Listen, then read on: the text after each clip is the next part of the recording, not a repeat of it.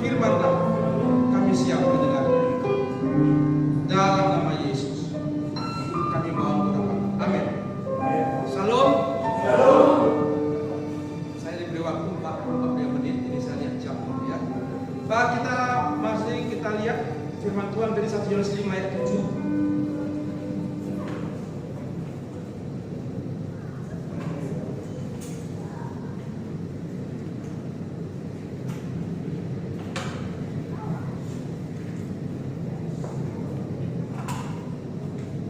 Karena satu ayat kita sama-sama baca. Baiklah, 1, 2, 3. Sebab ada 3 menjadi saksian dan saudara, Bapa, Firman, dan Roh Kudus, dan ketiganya adalah satu. Dalam firman Tuhan katanya ketiganya adalah esa. Satu. Ya, jadi dikatakan bahwa Bapa, Firman, Roh Kudus itu esa. Kalau dalam buku saya dikatakan esa, dikatakan satu. Satu itu ya bukan bilangan satu, bukan Sanskerta ya, 1 Eka, 2 Dwi, 3 Tri, bukan. Satu itu bukan seperti kita yang dikatakan apa namanya itu unity, bukan. Unity dipersatukan, bukan. Tapi satu itu mutlak. Satu dalam arti jamak. Kita manusia tidak memahami sesungguhnya akan Tuhan ini, karena kita adalah makhluk ciptaannya. Bagaimana kita memahami pencipta kita tentang keberadaan Dia? Kita mengenal Dia sejauh Dia memperkenalkan diri kepada kita. Itu yang kita ketahui tentang firman-Nya. Selebihnya adalah misteri Allah yang gak terpahami oleh manusia. Dan Dia menyatakan bahwa ada 3 memberi kesaksian di surga, yaitu Firman, ya Bapa, Firman, dan Roh Kudus. Dan itu adalah satu yang mutlak. Satu artinya bukan satu bilangan, tapi satu sifat yang mutlak. Itulah yang disebut Allah. Allah satu. Allah itu esa. Mari kita lihat dalam Ulangan 6 ayat 4 dikatakan, ya.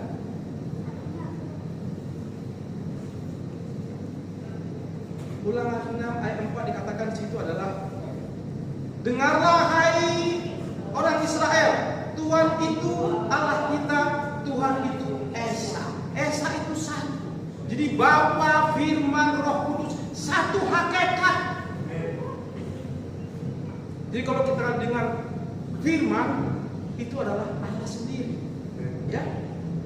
Allah dalam bahasa Ibrani disebut Elohim. Nama pribadi Allah adalah Yahweh. Tetapi karena begitu kudusnya, orang Israel tidak berani memanggil Yahweh, YHWH, tidak berani. Maka mereka mengganti dengan nama Adonai. Itulah kalau setiap acara orang Israel, dia selalu mengatakan Adonai tentang Allah. Jadi Allah yang Maha Kuasa, Maha Esa, tidak terbatas, pencipta alam semesta, berdaulat dalam hidup manusia. Dia menciptakan dengan firman-Nya.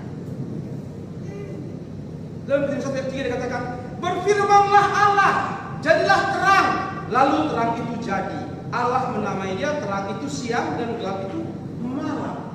Jadi Allah menciptakan dengan berfirman. Kejadian 1 ayat 6 dikatakan, berfirmanlah Allah, jadilah cakrawala di tengah segala air untuk memisahkan air dengan air. Allah menyatakan, menamakan cakrawala itu langit, dan jadilah petang dan pagi. Jadi artinya Allah menciptakan dengan berfirman. Ayat 9 dikatakan dalam Kejadian, berfirmanlah Allah, hendaklah semua segala air yang di bawah tanah berkumpul pada satu tempat sehingga kelihatan daratnya, maka yang laut, yang air berkumpul namanya laut, kemudian darat yang kering disebut adalah darat. Jadi Allah menciptakan dengan berfirman. Sekarang dikatakan firman itu jadi manusia. Jadi kalau kita ingat Yesus itu ingat firman. Firman menjadi manusia. Dalam Yohanes 1:1 katakan, pada mulanya firman, firman itu bersama-sama Allah, dan firman itu Allah. Firman itu Allah. Dan dia bersama-sama kita, hadir di tengah-tengah kita, ayat 14. Segala sesuatu dijadikan oleh dia. Artinya segala sesuatu dijadikan dengan firman. Firman itu menjadi manusia. Kenapa jadi manusia? Karena firman itu menjadi manusia bukan seperti manusia lahirnya. Dia berasal dari Roh Kudus. Ketika malaikat Jibril diperintahkan datang ke rumah Maria, datang, engkau akan mengandung. Mana bisa aku mengandung? Aku belum menikah. Karena engkau dikatakan Roh Kudus dan berikan nama Yesus penyelamat. Jadi dia bukan benih manusia, benih ilahi. Manusia, firman adalah benih ilahi. Mungkin ada orang berkata, masa Tuhan menjadi manusia? Makanya dibilang, malaikat bilang Maria, gak mungkin bagi saya. Apa katanya? Tidak mungkin bagi manusia, mungkin bagi Tuhan. Di dalam Kejadian 18 ayat 10 diceritakan sana. Ketika Abraham berkemah, dia lihat malaikat Tuhan datang. Berbentuk apa? Berbentuk manusia. Jadi malaikat aja bisa jadi manusia, apalagi Tuhan. Datang Abraham, Tuhan, jangan lewat, silakan. Dia siapkan makanan minuman, dia makan, dia minum, dia hidangkan. Kemudian malaikat Tuhan mengatakan, mana istrimu Sarah? Oh di sana. Tahun depan dia akan melahirkan. Ketawa Sarah. Kenapa ketawa? Kata malaikat itu. Karena sudah umurnya berapa? Dia 190, 100 enggak mungkin. Tidak mungkin bagi manusia, mungkin bagi Tuhan. Malaikat bisa menjadi manusia. Apakah seterusnya jadi manusia? Tidak, kembali lagi jadi malaikat. Malaikat aja bisa jadi manusia, apalagi Tuhan. Ketika Lot dia di gerbang Sodom, dia lihat malaikat 2 orang. Dia tanya petang itu, datanglah ke rumah saya, tinggal di rumah saya. Enggak, kami tinggal di lapangan. Janganlah di rumah saya tinggal. Malaikatnya jadi manusia, dihampiri sama Lot. Ke rumah saya tinggal. Akhirnya tinggal di rumahnya. Orang sekelilingnya lihat, itu orang asing datang kemari, tangkap, bunuh. Dikunci di kamar. Kemudian Lot keluar, janganlah. Orang asing itu mengancurkan kami itu. Janganlah, siapa yang ada 2 gadis itu silakan. Tapi orang asing jangan. Tidak. Tapi apa dipikir malaikat? Semua orang kecil sampai besar membunuh, menghancurkan rumahnya, masuk memaksakan dirinya, buta oleh malaikat, dibutakan malaikat, sehingga orang yang membunuh nggak kelihatan lagi, nggak bisa masuk. Tarik malaikat si Lot masuk, buta, dan dia menyelamatkan keluarganya. Apa yang saya mau katakan di sini? Malaikat bisa menjadi manusia. Apakah langsung malaikat terus jadi manusia? Tidak kan? Oleh karena itu, malaikat aja bisa jadi manusia. Apalagi firman Allah menjadi apapun dia bisa. Mungkin ada orang berkata, ya, dikatakan demikian. Kalau Yesus itu disalibkan, mati dong Tuhan.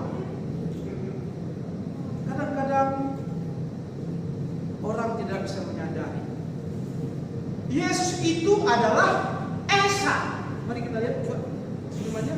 Yesus itu adalah Esa. Dikatakan demikian. Dan Esa juga. Artinya Yesus itu memang bersatu dengan Allah. Ya, dikatakan di situ. Karena Allah itu Esa, dan Esa pula dia yang menjadikan pengantara antara Allah dan manusia, yaitu manusia Kristus Yesus. Esa satu. Jadi kalau dia dikatakan mati, kemanusiaannya mati, tapi keilahiannya tidak ada. Ya, dia ada di segala tempat, ada di surga dimanapun dia ada. Itu keesaannya. Jangan berpikir kayak manusia. Kadang ada orang, wah, di mana ada yang kita katakan? Yesus mengatakan, aku Tuhan. Coba tunjukkan. Kadang-kadang ada yang dari luar. Itu dalam Yohanes 13 dikatakan, kamu menyebut aku guru dan Tuhan, dan katamu itu benar. Aku adalah guru dan Tuhan. Jadi kadang-kadang orang coba berpikir secara manusia untuk melihat keilahian Tuhan. Sudah jelas. Kadang ada orang juga mengatakan, kenapa Yesus nabi? Apa arti nabi? Nabi itu bernubuat. Kalau nabi tidak bernubuat, bukan nabi. Ya, jadi kalau ada bilang dia nabi tapi nggak pernah bernubuat, itu bukan nabi. Ya, sebenarnya dia bernubuat. Katakan kepada Petrus nanti bahwa sebelum ayam berkokok, kau akan menyangkal aku 3 kali. Dia bernubuat banyak hal yang dia katakan tentang nubuatnya, tentang dia akan disalibkan.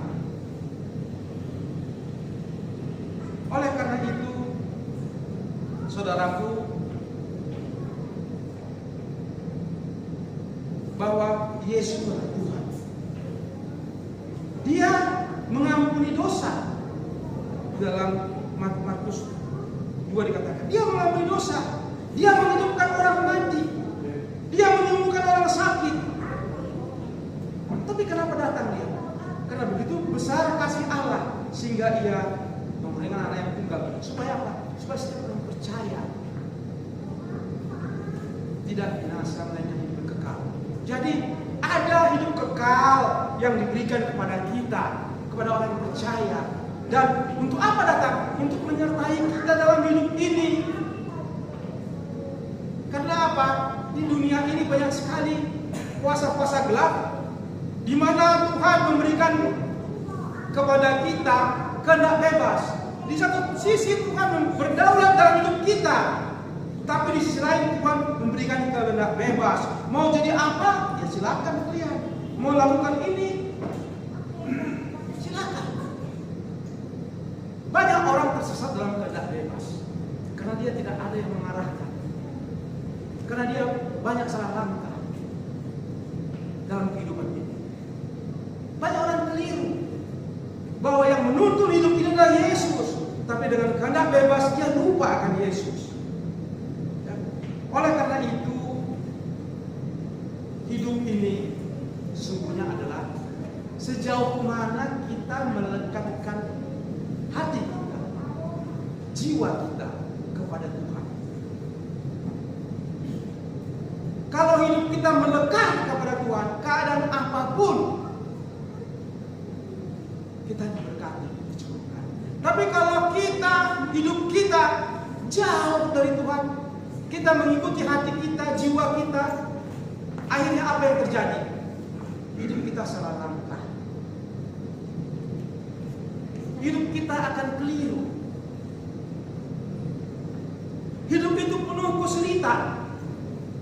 Saya dulu hidup saya sulit sekali. Hidup saya sulit sekali. Karena apa? Karena aku jauh dari Tuhan. Aku banyak melakukan kejahatan, melakukan dosa, banyak berdukun. Jadi yang ada hidup saya sulit. Untuk makan pun susah. Utang saya banyak. Jadi orang sulit itu bukan karena virus corona. Sulit itu adalah sejauh mana dia berhubungan, bersekutu dengan Tuhan. Kalau jauh dari dia, maka jauhlah rezeki, jauhlah kehidupan normal, jauhlah berkat. Yang ada kesesatan. cobaan, kesusahan, kesulitan. Saya mengalami. Mungkin belum ada yang mengalami seperti saya. Untuk makan saja saya minjem, masih mending minjem. Minta ngemis sama teman saya. Untuk makan saya ngemis. Karena saya nggak ngerti hidup ini. Salah saya. Bergereja, berdukun. Mendua hati. Akhirnya dalam kesal itu kejahatan mula mengajar engkau, kata Tuhan. Kejahatanku mengajar saya. Sulit hidup saya. Padahal bukan virus corona zaman itu. Penyakit silih berganti. Anak bermasalah silih berganti. Dampak dari kejahatan itu memukul kehidupan. Rezeki, masalah. Ujungnya saya apa yang terjadi? Malapetaka. Setelah saya dapat malapetaka, barulah saya terkejut. Barulah saya menyadari. Tapi apakah mudah untuk membersihkan hati kita? Juga punya tantangan. Setan itu tidak mau melepaskan diri daripada genggamannya. Karena kita sudah dalam alatnya. Tidak mau dia lepaskan. Dia tetap mengendalikan.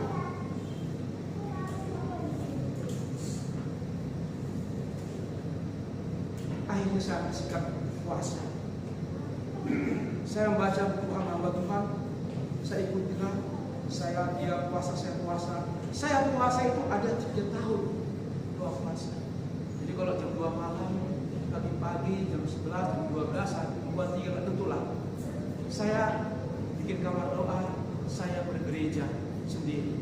Saya mandi air panas. Sekarang aja saya nggak mandi, udah tua begini. Saya pakai pakaian gereja. Saya menyembah, saya minta ampun sama Tuhan. Ada proses yang panjang pemulihan untuk mengubah hidup saya dari kehancuran.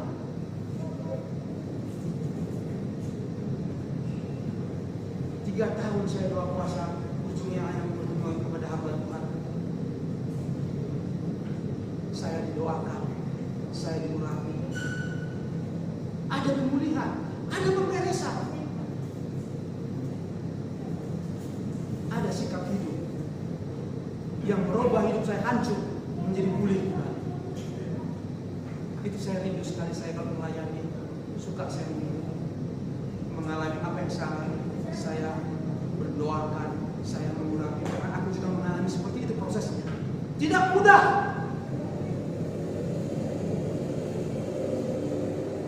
Jadi sebenarnya kehidupan ini bukan karena virus corona sulit seorang, tapi bagaimana hubungan seorang kepada Tuhan. Kita bisa lihat bagaimana contoh tadi saksikan pendeta kita. Orang virus corona katanya sulit, gembala kita tukar mobil. Apa namanya? Apakah itu bukan berkah? Orang susah dia tukar mobil. Kan luar biasa. Jadi hubungan kita kepada Tuhan itu menentukan. Saya punya usaha. Setiap pagi kami berdoa. Kami mengucapkan 3 kali perkataan. Mataku kuarahkan ke gunung-gunung. Dari manakah pertolonganku? Pertolonganku ialah dari Tuhan yang menjadikan langit dan bumi. Kami ucapkan tiap pagi. Ya, saya mampu memberi gaji kepada pegawai saya, nggak kekurangan. Orang sulit, pegawai saya nggak sulit. Kenapa? Karena saya dekatkan, saya katakan kita dekatkan hidup kita kepada Tuhan. Kita harus datang kepada pemilik kehidupan ini. Dia yang punya milik kehidupan. Kalau kehidupan kita tidak beres, hubungan kita dengan Tuhan tidak beres, jauh dari Tuhan, nggak pun virus corona, sulit. Tambah lagi virus corona, tambah sulit. Mulai dari kambing hitam-hitam, kena virus corona. Bukan virus. Bagaimana hubungan saudara dengan Tuhan? Itu sebetulnya kuncinya. Dalam keadaan apapun, kalau Tuhan menyertai, gak ada yang sulit dalam hidup. Amin. Oleh karena itu, saya mengharapkan sekali, saya ingin sekali mendoakan Anda sekalian yang mau datang nanti saya doakan. Karena saya juga mengalami pemulihan melalui doa-doa hamba Tuhan. Dan itu yang membuat saya berubah. Dan saya ingin juga mengubah semua kehidupan saudara. Mungkin ada yang punya penyakit, mungkin punya masalah, kesulitan. Nanti datang ke depan, izinkan saya mengurapi. Bukan saya pakai Tuhan untuk mengurapi. Tuhan yang bekerja. Tuhan yang mengurapi. Karena ini proses yang pernah saya alami. Makanya saya juga ingin, jangan saya hanya menikmati, tapi juga semua jemaat dapat merasakannya apa yang telah saya alami.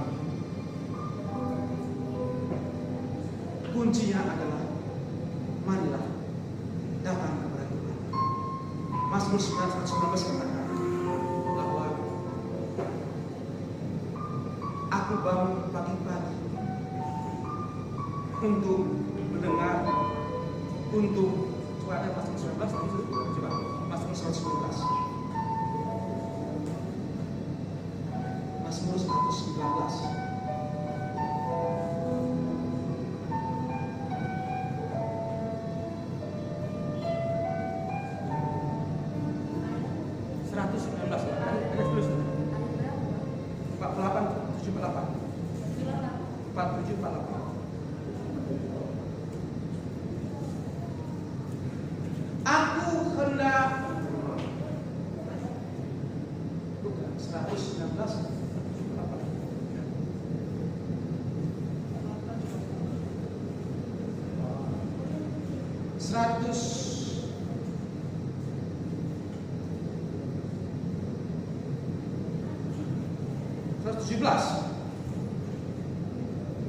Aku hendak 119 ayat 47.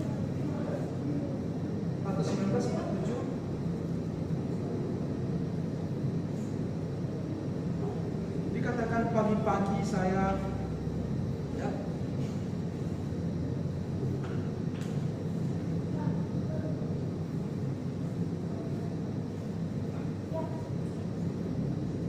pagi-pagi saya bangun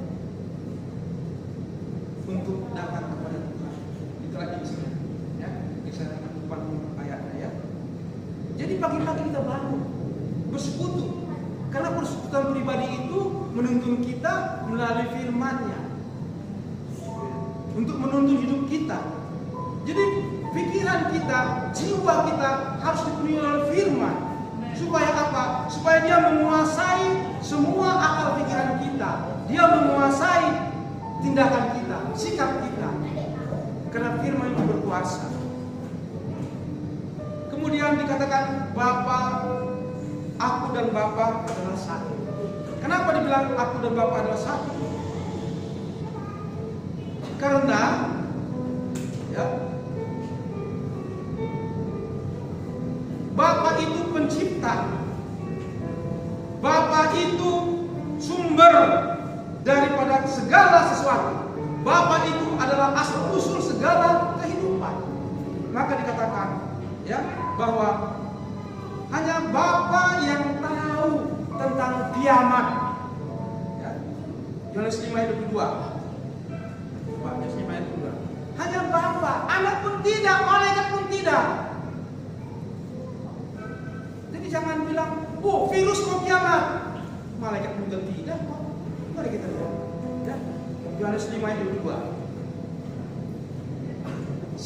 Bapa tidak menghakimi siapapun, melainkan telah menyerahkan penghakiman itu sesungguhnya kepada anak itu Yesus Kristus. Terus lanjut.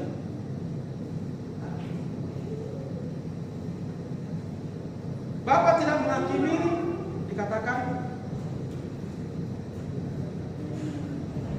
sebelumnya hanya Bapa yang mengetahui tentang akhir zaman. Coba 22:1. Yohanes 5:1.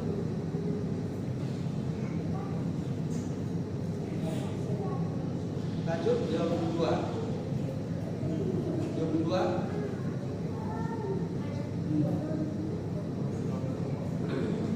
Bapa tidak menghakimi, ya.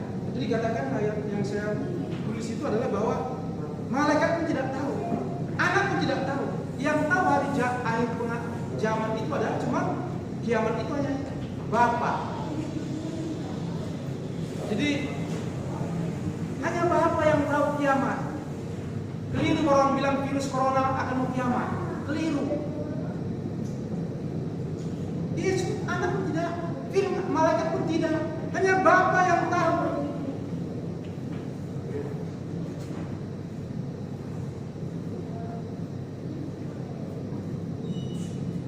Kemudian dikatakan Bapa, Firman, Roh Kudus. Roh Kudus adalah roh yang menghidupkan. 1 Tesalonika 4 ayat 4 ayat 8. Roh Kudus adalah roh yang menghidupkan. 1 Tesalonika 4 ayat 8.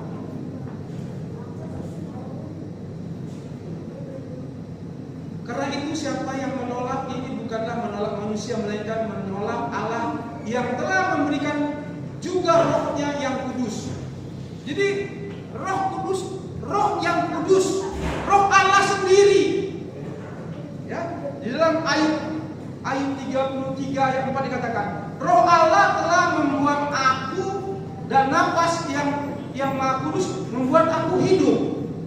Jadi roh kudus itu menghidupkan. Ayat 33 ayat 4.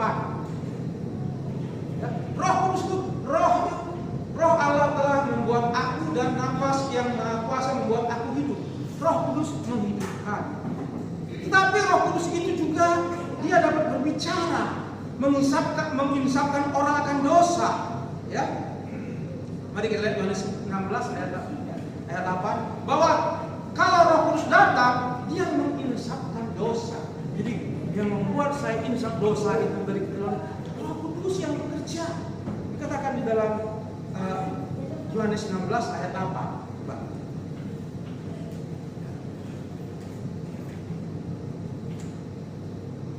Dan kalau dia datang, dia akan mengisapkan dunia akan dosa, kebenaran, dan penghakiman.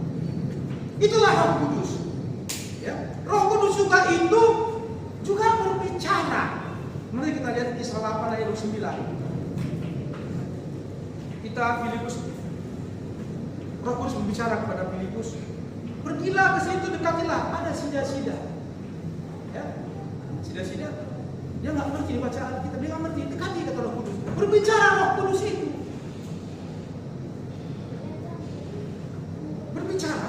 Di dalam Kisah 13 ayat 2 dikatakan, berkatalah Roh Kudus, khususkanlah Barnabas dan Saulus bagiku untuk tugas yang telah kutentukan. Roh Kudus itu berbicara. Setelah saya bertobat, saya setiap malam saya ibadah, ya, jam berapa saja. Roh Kudus berbicara 5 kali seumur hidup saya. 2 kali di Palembang, 2 kali di Papua, 2 kali di Medan. Dan setelah saya berdoa, dia berbicara, terakhir berbicara begini. Ketika aku punya masalah kebencian yang luar biasa kepada orang lain, sudah kelewatan kesalahan, saya mau marah habis paginya, saya berdoa pujian, habis penyembahan, suara bergema di hati saya, di dalam hati saya berkata demikian, kasih. Satu kalimat, terkejut saya, kasih. Gak jadi saya benci, gak lagi saya panggil orangnya, gak jadi saya marah. Kenapa saya katakan demikian? Saya banyak sekali melihat orang keliru, saya juga pernah keliru. Saya ada beberapa gereja dulu, wah, mari kurang profetik, ini milik kita. Saya pikir kadang-kadang Tuhan berbicara kepada saya pikir ini suara hatinya atau suara Kudus? Ya, saya juga pernah melihat keliruan. Suara hati kira suara Kudus, ternyata nggak terjadi. Berarti salah saya. Kalau suara Kudus tuh yang saya alami ya, suara itu menggema dia, besar. Saya nggak ada bahasa orang nggak ngerti saya. Suaranya menggema di hati saya, kayak satu rumah dengar. Waktu saya tinggal di rumah dia, apa dikatakan? Habis saya ibadah jam 2, saya nggak bisa tidur, saya dengar batu. Suara berkata, dia hidup dengan kebohongan. Saya cek orangnya, nggak ada. Tapi kalau itu siapa maksudnya? Seminggu kemudian terbuka. Jadi saya mengalami, saya nggak tahu orang lain ya. Saya mengalami 5 kali saya hidup saya.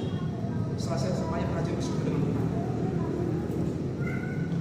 Kadang-kadang ada saya perhatikan Tuhan berbicara kepada saya. Saya berkata dalam hati saya, cuma saya tidak apa benar berhati. Jangan cuma suara hatinya dikatakan suara Roh Kudus.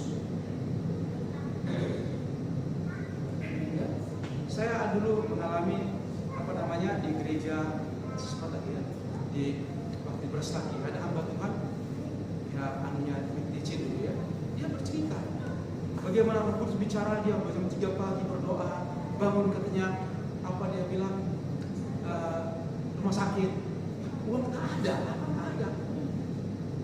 Tapi ya itu kasih Tuhan jalan selangkah demi selangkah jadi rumah sakit itu. Artinya memang Roh Kudus berbicara terjadi. Ini yang sering kadang-kadang saya nggak tahu tingkat pengalaman ya. Jadi kalau orang bilang Tuhan bicara dalam hati saya kok bicara. Kalau Roh Kudus bisa pasti terjadi. Makanya di video itu banyak sekali memuja para pendeta, banyak sekali. Jadi kita itu perlu akal pikiran kita, intelektual kita, akademik kita perlu diberikan pemahaman. Tapi hati kita perlu dikuasai Roh Kudus dengan datang persekutuan pribadi sehingga kita lengkap. Tapi kalau orang ini cuma hanya dengan akal pikirannya, dengan akademisi yang dia miliki, disombong dia. Saya lihat ada hamba Tuhan sombong kali dia, maksudnya menguasai semua. Intelektual boleh, tapi dia belum mengalami dengan Tuhan, sehingga dia menggunakan itu sombong. Dia saya menilai ini sombong. Tapi cobalah akademisinya, wawasan pengetahuan intelektual diasah, diberi pengetahuan, hatinya betul-betul kepada Tuhan, menghadap persoalan pribadi, dia dilengkapi, dia diurapi, pasti rendah hati. Saya sudah melihat anak yang rendah hati, yang betul diurapi, intelektualnya berjalan. Oleh karena itu, bukan hamba Tuhan saja, kita pun manusia, orang yang percaya diurapi. Saya dulu bukan jadi hamba Tuhan dulu, karena aku punya masalah, punya malapetaka, aku sudah geng kata orang, aku cari Tuhan. Tuhan kayak mana nasibku masa depanku? Itu yang kutanya sebetulnya, tapi yang datang bukan itu kepada saya. Sebenarnya berbicara kepada saya, aku pun terkejut. Jadi artinya setiap kita yang percaya akan didiami Roh Kudus. Tapi harus ada pemulihan. Saya tanpa pemulihan, waduh mungkin hidup saya hancur. Hancur hidup saya. 3 tahun saya doa puasa, hanya diketemukan hamba Tuhan, pemulihan saya, diurapi saya, dibereskan kehidupan rohani saya. Maka saya rindu kepada kita semua di sini yang ada yakin,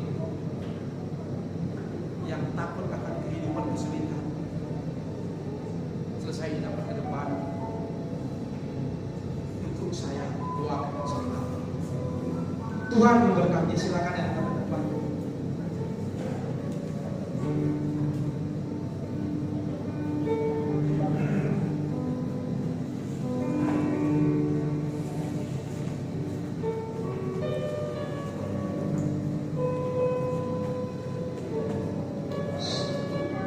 Ada yang mau doakan, yang sakit.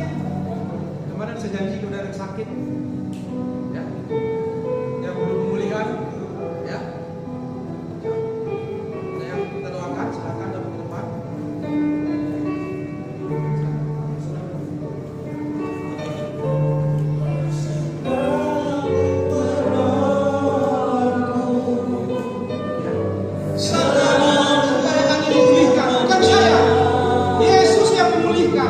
Dia pakai hambanya Tuhan. Sehelai di rambutku terjatuh tanpa seizinmu.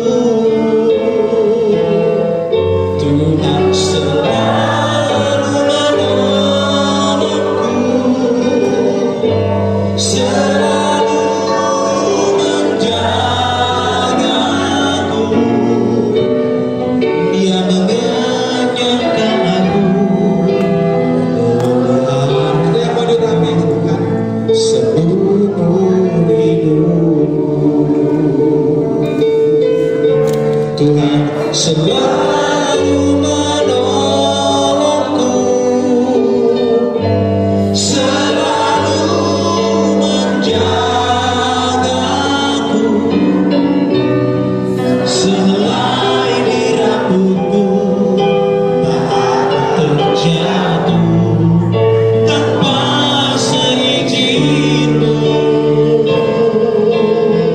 Tuhan selalu menolongku, selalu menjagaku.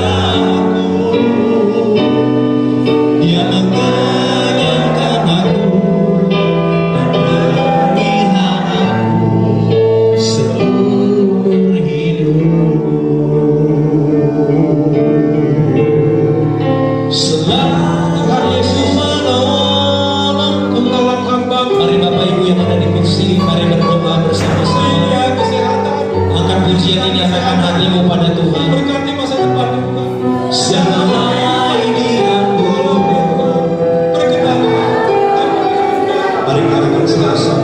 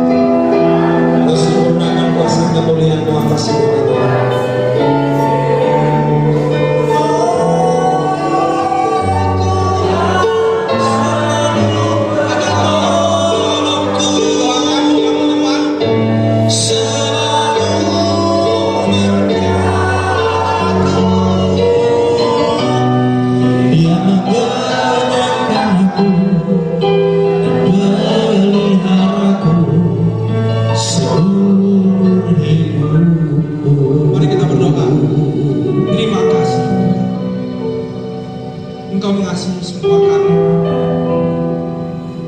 Oleh karena itu Kau turun ke dunia ini Tuhan, menyelamatkan kami, menyertai kami, menjaga tempat kami Tuhan di surga. Penyertaan-Mu, terima kasih Tuhan, memberi berkat bagi kami. Ajar umat-Mu Tuhan selalu dekat juga kepadamu, bersekutu denganmu juga Tuhan, supaya urapan berkat mengalir dalam hidup mereka masing-masing. Dalam nama Yesus kami datang kepada